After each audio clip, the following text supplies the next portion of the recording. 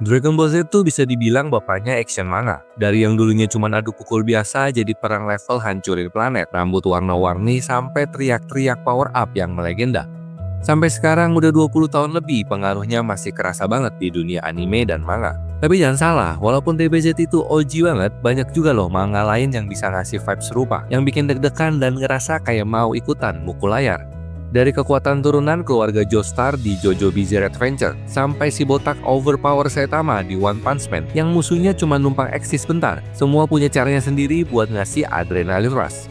Memang nggak ada yang bisa gantiin DBZ, tapi semangatnya masih hidup dan makin liar di berbagai manga keren lainnya.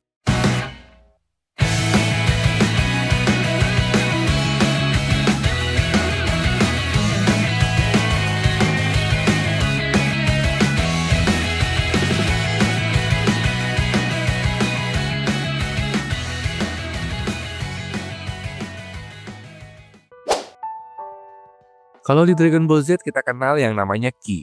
Di Fairy Tail diganti jadi Magic, tapi vibe-nya sama-sama penuh adrenalin dan ledakan api di sana-sini. Ceritanya bukan cuma soal sihir dan pertarungan antar guild. Fairy Tail sebenarnya lebih dalam, tentang keluarga, kesetiaan, dan tentu aja mukulin musuh sampai terbang. Guild Fairy Tail sendiri isinya karakter-karakter absurd dengan kekuatan unik dan gaya fashion yang gak kalah nyentrik. Tapi jangan salah, walaupun tampilannya rame dan kadang kocak, battle-nya bisa seintens Super Saiyan Goku. Bahkan kadang bisa berkali-kali berubah power level dalam satu chapter. Dan kalau Goku percaya semua bisa diselesaikan dengan semangat dan teriakan. Natsu juga punya filosofi yang sama, pukul dulu mikir belakangan. Intinya buat yang suka vibe Dragon Ball tapi pengen bumbu sihir dan bromance guild, Fairy Tail wajib banget masuk list tontonan kalian. Black Clover itu ibarat pewaris sahnya anime shonen klasik. Bayangin dunia penuh sihir, tapi si tokoh utamanya Asta malah lahir tanpa kekuatan magic sama sekali. Bukannya minder, dia malah gas terus pakai otot, tekad baja, dan teriakan khas anime yang bisa bikin lawan ciut mental. Yuk kita bata nggak malu-malu ngasih vibe ala Dragon Ball Z penuh ambisi, rivalitas panas, dan momen transformasi yang bikin merinding. Tapi bedanya, karakter-karakternya punya emosi yang lebih dalam dan relate banget. Walau yang satu pakai Ki dan yang satu pakai Magic, fans DBZ pasti bakal ngerasa familiar banget pas nonton Black Clover. Jadi buat yang kangen energi shonen klasik tapi pengen cerita yang lebih fresh dan emosional, Black Clover wajib dicoba. Kalau Dragon Ball Z punya orang tua spiritual yaitu Fist of the North Star. Ini manga lawas tapi brutal abis, penuh otot, ledakan, dan dunia yang kayak gabungan Mad Max sama film kungfu jadul. Kenshiro si jagoan utama punya teknik bertarung yang sadis tapi keren. Mukul titik-titik tanganan musuh sampai boom, kepala meledak, tulang remuk, dan penjahat bubar jalan. Meskipun vibe-nya kelam dan penuh penderitaan, tiap pertarungan di sini tuh punya makna. Bukan cuma adu pukul tapi soal kebaikan lawan kejahatan. Dan jangan salah, meski old school, aksinya tetap meledak-ledak kayak DBZ. Cuma bedanya, Fist of the North Star lebih kasar, lebih dramatis, dan gak malu-maluin jadi kampungan dikit. Justru itu yang bikin charmnya beda. Blitz itu dunia di mana arwah gentayangan udah kayak hal biasa, dan para Soul Reaper yang bawa pedang segede gaban punya tugas buat nganterin mereka ke alam baka. Si tokoh utama, Ichigo Kurosaki, awalnya cuma remaja rebel biasa, tapi makin lama ceritanya makin gila. Dari urusan sekolah tiba-tiba nyasar ke perang antar dimensi. Kalau kamu suka Dragon Ball Z pasti bakal ngerasa familiar, soalnya Blitz juga punya elemen siapa yang level up duluan, pertarungan gede-gedean, dan tentu aja momen pamer kekuatan sambil monolog panjang. Yang bikin Blitz beda, Tite Kubo punya gaya desain karakter yang keren parah dan koreografi pertarungan jarak dekat yang stylish banget. Kadang memang ceritanya sempet drop, tapi kalau udah dapat momentumnya, Blitz bisa nonjok keras banget, kayak Kamehameha tapi versi spiritual dan lebih stylish.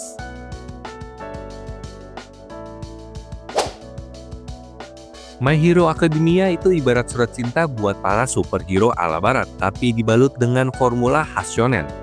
Bayangin dunia di mana hampir semua orang punya kekuatan super alias quirk. Nah, si tokoh utama kita, Izuku Midoriya, lahir tanpa quirk sama sekali. Tapi entah gimana dia justru dapetin salah satu quirk terkuat dan harus belajar ngendalin itu. Tapi bikin tulangnya patah tiap kali pakai. Seri ini kental banget sama vibe Dragon Ball Z. Ada latihan keras, rivalitas yang emosional, dan musuh-musuh yang bikin para pahlawan kepepet abis.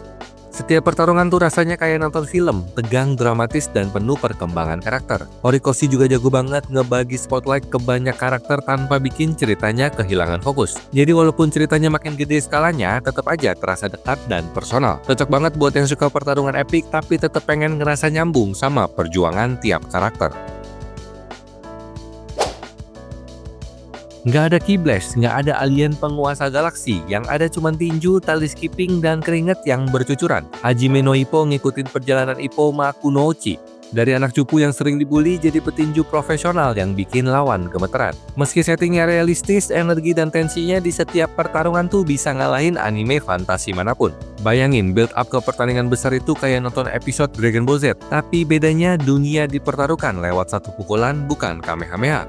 Yang bikin makin nendang, artworknya Morikawa tuh gila banget. Tiap pukulan berasa kayak gempa bumi. Plus, Ippo bukan cuma karakter yang gampang disayang, tapi dia juga dikelilingi teman-teman dan rival yang keren. Yang semuanya tumbuh bareng dia di atas ring maupun di kehidupan sehari-hari.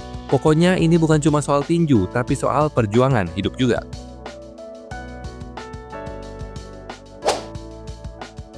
Yu Yu Hakusho tuh shonen legendaris yang mulai ceritanya langsung ngebut. Karakter utamanya Yusuke Urameshi langsung mati di chapter pertama.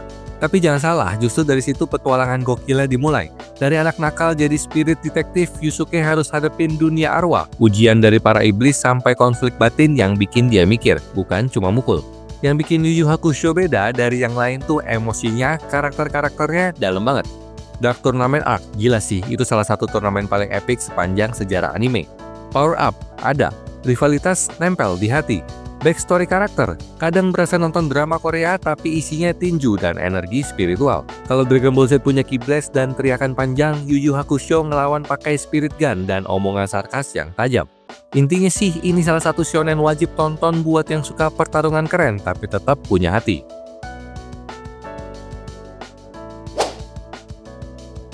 Hunter x Hunter itu bukan sekedar cerita shonen biasa. Awalnya emang kelihatan cerah dan ringan, tapi makin lama makin dalam dan gelap. Ini salah satu manga paling kompleks dan brutal yang pernah ada, dan dia bener-bener ngebalik semua formula klasik ala shonen. Turnamen, konflik, kekuatan ajaib, ada, tapi dibungkus dengan cara yang jauh lebih cerdas dan emosional. Sistem kekuatannya, nggak kayak Ki di Dragon Ball Z yang cuma soal siapa yang paling banyak energi. Di sini kekuatan ditentukan sama kecerdikan, strategi, dan seberapa berani kamu ambil resiko. Setiap pertarungan tuh kayak main catur, bukan cuma adu otot. Persahabatan Gon dan Killua juga bukan cuma lucu-lucuan doang. Mereka punya ikatan yang kuat banget, bisa dibilang jauh lebih emosional dibandingkan Goku dan Krillin. Intinya Hunter x Hunter itu kayak rasa, bikin mikir, tapi juga bisa bikin kamu nangis di pojokan. One Punch Man punya konsep yang unik banget. Gimana bisa ada cerita seru kalau hero-nya udah max power di awal? Tapi malah jadi keren banget. Saitama yang bisa ngalahin musuh cuma dengan satu pukulan justru dikelilingi sama masalah besar. Gak ada musuh yang bisa ngimbangin dia.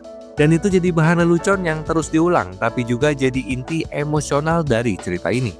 Gambarannya, wah, Yusuke Murata bener-bener bikin setiap pukulan Saitama jadi momen yang epic banget, kayak acara besar di tiap halaman.